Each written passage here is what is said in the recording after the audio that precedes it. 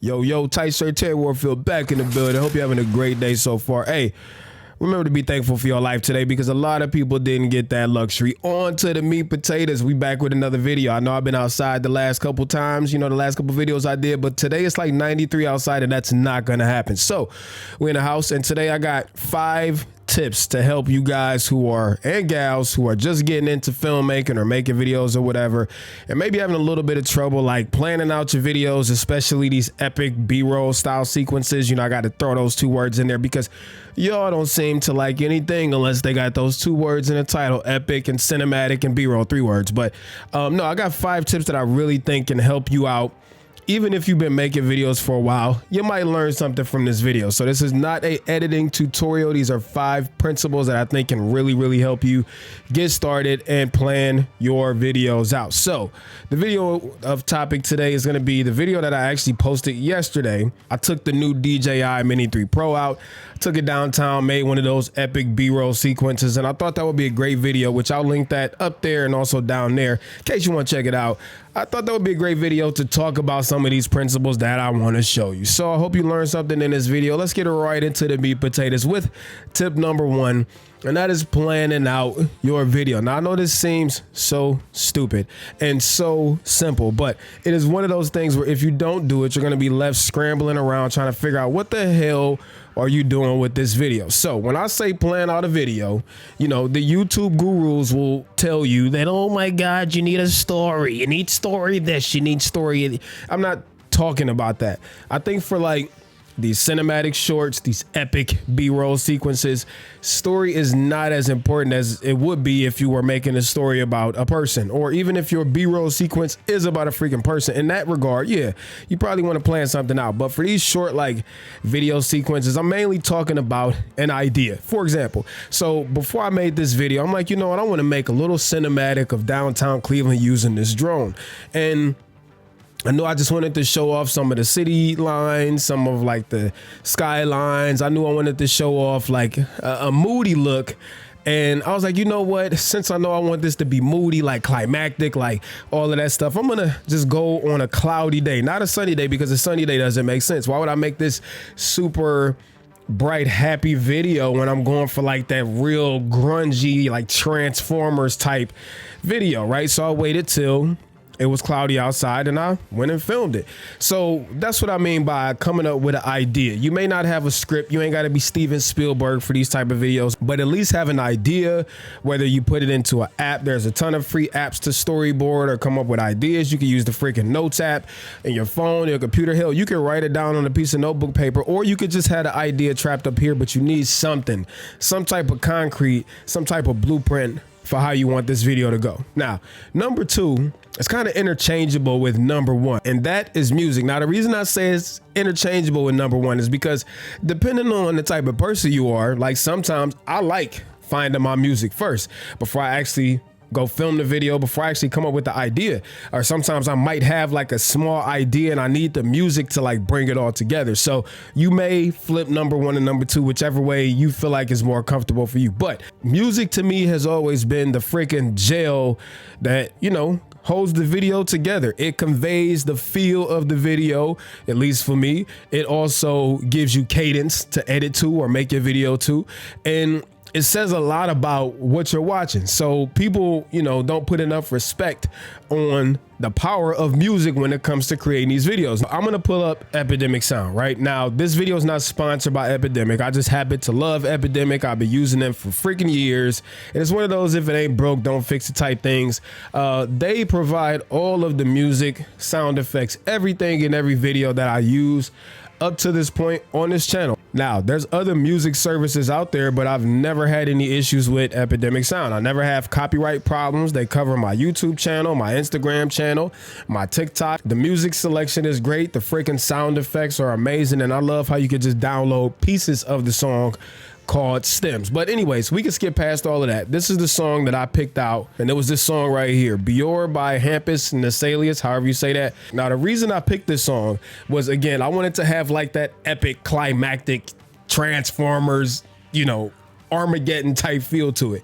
So I picked that song. I felt like it was great. The only problem with this song, is if we go back to Final Cut Pro, if we look at the total of this video's length, before the credits and all that stuff, or whatever this is at the end, it was 1 minute and 35 seconds. This freaking song is 4 minutes long. So that is an important thing. If you choose music, you need to listen to the music and find which part of the song fits best for what the hell you trying to make. Right now, there's some situations where if you are creating like this huge storyboarded B-roll video, that you may need to use more than one song. The video might have highs, it might have lows. So sometimes you do have to use music to kind of do this with the video and take people on that ride. But for this part, I just needed like an epic sequence. So I actually cut off the first 2 minutes of this song because I only wanted the part leading right up to the climax. So I don't want to get y'all way back here. I want to get you right here before we go up the hill. And then I want to, you know, catch you up here and then drop you back down, which is what we did with this video.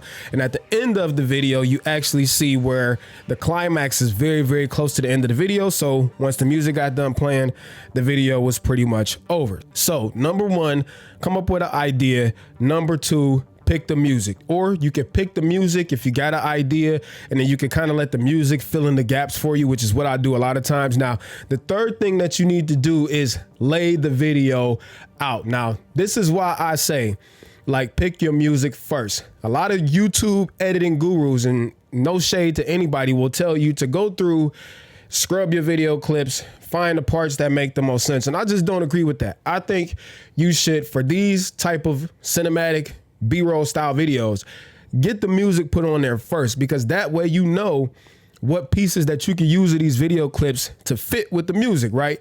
So I already got this tracked out. I'm not about to go through an editing tutorial on how to cut your footage and stuff like that, but a few key things I do want to point out. Number one is the buildup. Now, at the beginning of the video, this is just the intro. I'm just showing shots of the drone. You know, I talk about what it's captured with. And I always like to start with these videos, even if you're not doing a drone video, maybe you're just doing like an epic B-roll shot, like an establishing shot. And I know that sounds so cheesy, but I always like to catch people right at the beginning. Like I'm trying to, you know, punch you right at the beginning so that you want to stick around and catch the rest. So here's a dope shot of the Cleveland skyline, and I'm kind of taking off like a plane.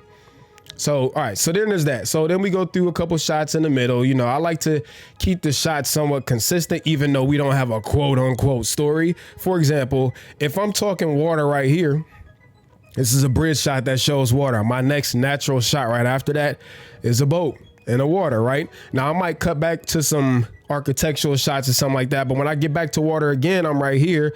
I'm showing a reveal shot of the water, the city, right? I'm showing more water shots with one of the nice, whatever. That's it's some type of concert venue or something like that. And then more water shots. Right now, towards the end of the video, I like to save the most grand shots for last. I like to sync these up with the climax of the video right before the video is over. So I got this shot right here, this shot right here, this shot right here, and this shot right here. And right after that, the music starts to taper off. And then I got my final shot with the drone, and then the video is over with. So this is only a minute and a half. Now, once you have your timeline all tracked out and stuff like that, the next thing you need to do is sound design. And sound design is huge. I'm gonna do two things real quick, right? I'm gonna turn this monitor up and I'm gonna turn the music down, and I'm gonna play some of this without any sound. Hold on, let me turn this down. My freaking camera battery is about to die. I gotta hurry up. By the way, consumer drones don't record sound. So it is your job to build a sound design or sound atmosphere, if that makes sense. Okay, now you see how like boring and uneventful this is? Let me stop it, and I'm gonna turn everything back on with exception to the music. Okay, so we got some ambient noise of the prop spinning. Shout out to my guy, Peter Lindgren. Got some flight control, air traffic control stuff going on. So right here, I added in some atmospheric sound because, you know, when you out in the city, you got the wind blowing and stuff like that. So throughout the whole video, I have a layer of atmospheric sound, and you can get all this stuff from Epidemic Sound. There was a huge speed ramp right here. So I want to make sure that I have a sound effect, like some type of whoosh or something like that, to make you feel that change in speed. And then it got slow right there. Now I keep the subtle helicopter effect going in the background. Now here's another shot. This is a subway train. I actually caught two of them crossing each other, which was epic, by the way. And again, drones don't record sound. So I had to go on Epidemic and find some subway train sounds and put it on here to bring this clip to life.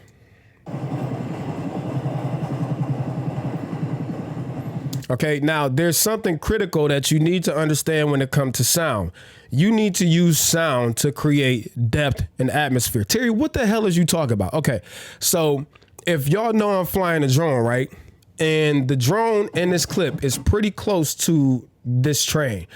That means naturally the sound of the trains should be louder, right? Now, if I was way, way far away with this drone and I caught these trains, it doesn't make sense to put the sound of the train at the forefront because I'm not close to it. You got to think about the way you hear and perceive sound. Let me give you another example. So even though I reverse this clip, I like doing this sometimes with drone videos because I think it looked dope, right? There's a car on the bridge. I added in a honk. Right now, it was kind of like mid-level, but it wouldn't make sense to make that super loud because I'm not super close to it. The next shot, here was a boat. Now, this clip right here, we're in the middle of a boat marina, so it only makes sense that we would hear boat marina sounds. And also, what frequents boat marinas? Pigeons, seagulls. So I got some seagulls, the sound the seagulls, I should say, and added them in there.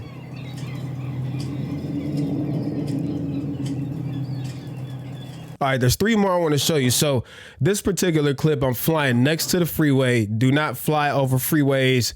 Just don't do it. It's not even worth the headache and the trouble that could come with it. So I fly on the side of the freeway, right? Now, in this shot, there was a car coming into the scene on the right-hand side. I'm pretty close to this car, so it only makes sense that this car should be kind of loud. So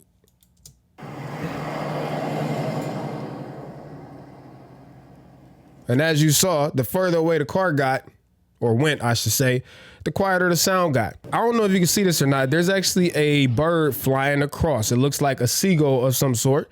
So I was like, you know what? Let me throw in the sound of a seagull. Now, because this guy is kind of far away, typically we would make it super quiet, but the ending of the song gets louder as we go along. So I had to make this a little louder than I wanted to, just so you could kind of hear it in the background. And then the last shot, the ending shot, at the beginning, we played a song of an air traffic control tower saying you clear for takeoff. So now we are ready to land this freaking thing. So 527, maintain 4,000 runway 8 kilo, position and hold. Now, when you put all these together, you come up with a whole design of sound. I'm not going to play all of this, but just listen.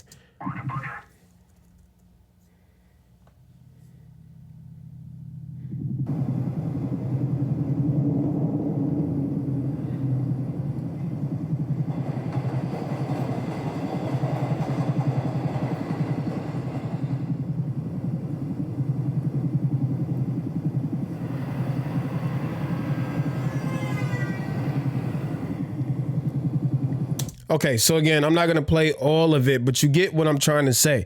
Whether you are making drone videos, whether you are making epic B-roll or coffee or whatever the case may be, you got to use sound to your advantage. You got to use it to help shape the story or whatever it is you're trying to show off. Not having sound in one of your videos is like playing a song for somebody with no bass in it. It don't sound right. And you don't actually perceive or see things in real life without hearing stuff. So why wouldn't you want to add in sound so people can get the sound experience as well as the visual experience? Now, the last thing we need to do is color grade. And I'm not going to go through this real heavy. I did make an entire tutorial on how I choose to color grade. It's like 2 years old, so you know, it's a little bit cringe back then, but I still use the same method. So I'm gonna link that right up there. Now, the first thing you need to do before you put on any creative look, let me turn the music back off also, is you need to make sure all your clips have a consistent look. So from clip to clip, do these look similar? Do they all have a similar color tone? Do they all look like they were shot with the same camera? Even if you used more than one camera, did you go through, did you correct them so that they at least look similar?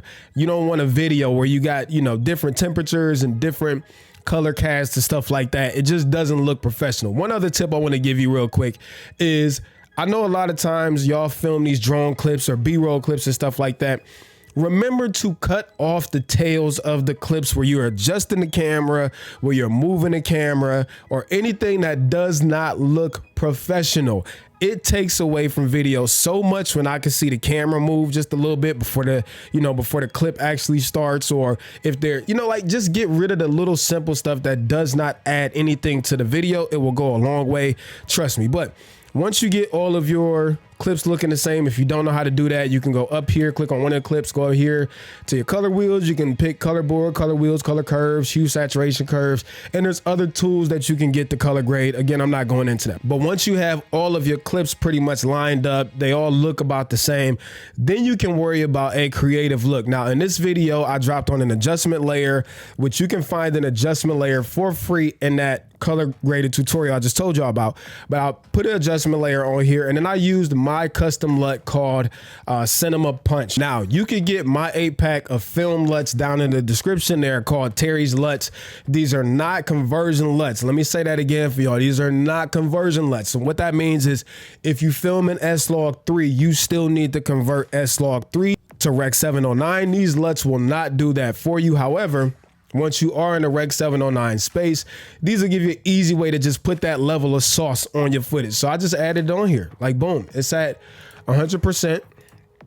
Sometimes you do need to dial back the intensity, but Cinema Punch is not too intense. And if we turn it on and off, what's a good clip right here? Let me turn it off. Okay, that's the look right out the camera. That's the look with the LUT applied.